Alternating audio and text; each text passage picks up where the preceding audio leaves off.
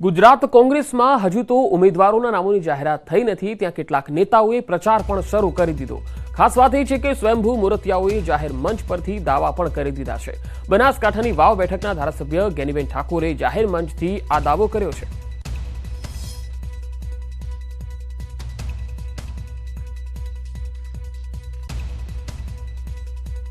કે જે આપણા પાસે મોટી મોટી ગાડીઓ છે, ફોર્ચ્યુનર આવી, આપણી પાસે જે વ્હીકલ છે એ હોન્ડા હોય તો હોન્ડા લઈને આવજો, રિક્ષા હોય તો રિક્ષા લઈને આવજો, ટ્રેક્ટર હોય તો, અને બધા ગીતો બહેનોને પણ લાવજો।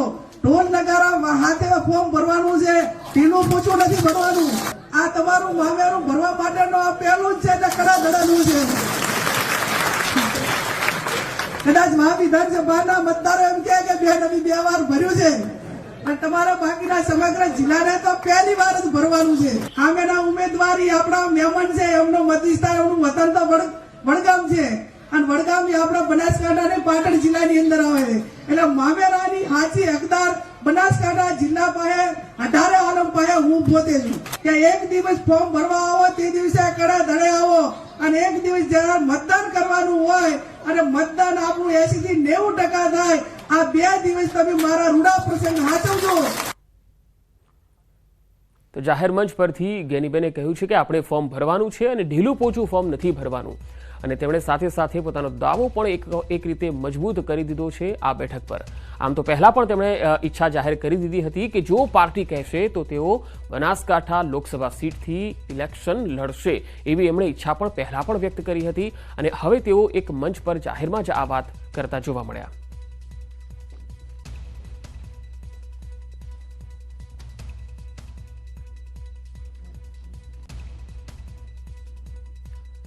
તો જાહેરાત નહીં, પરંતુ જાહેરાત તો હજુ કોંગ્રેસમાં થઈ નથી લોકસભાના સીટો પર ઉમેદવારોની, પરંતુ એ પહેલા જ કેટલાક ઉમેદવારો સ્વયંભૂ મૂર્તિયાઓ બનીને જાહેર મંચ પરથી દાવો કરતા દેખાઈ રહ્યા છે। જેમાં બનાસકાંઠામાં વાવના ધારાસભ્ય ગેનીબેન પોતે એક દાવો કરી રહ્યા છે, આપણે ફોર્મ ભરવાનું છે, ઢીલું પોચું ફોર્મ નથી ભરવાનું, મજબૂત ફોર્મ ભરવાનું છે, 2 દિવસ તમારી પાસે ફક્ત માગી રહી છું।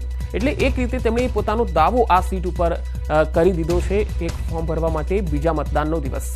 હાલ સંવાદદાતા કિશોર મારી સાથે જોડાયા છે। કિશોર, ગેનીબેનનો જાહેર મંચ પરથી આ પ્રકારનો દાવો, કેટલા તર્ક વિતર્ક, શું કહી રહ્યા છે ત્યાંના લોકો?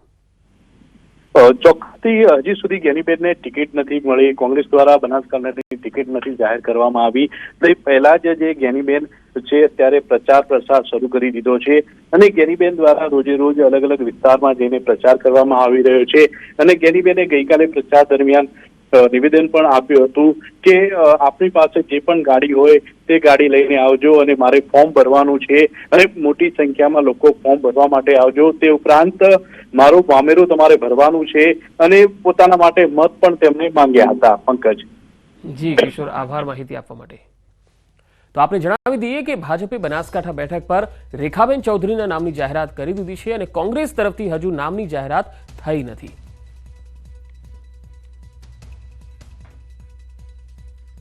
આગળ વધુ સમાચારો પર નજર કરીશું, હાલ રોકાઈશું એક વિરામ માટે।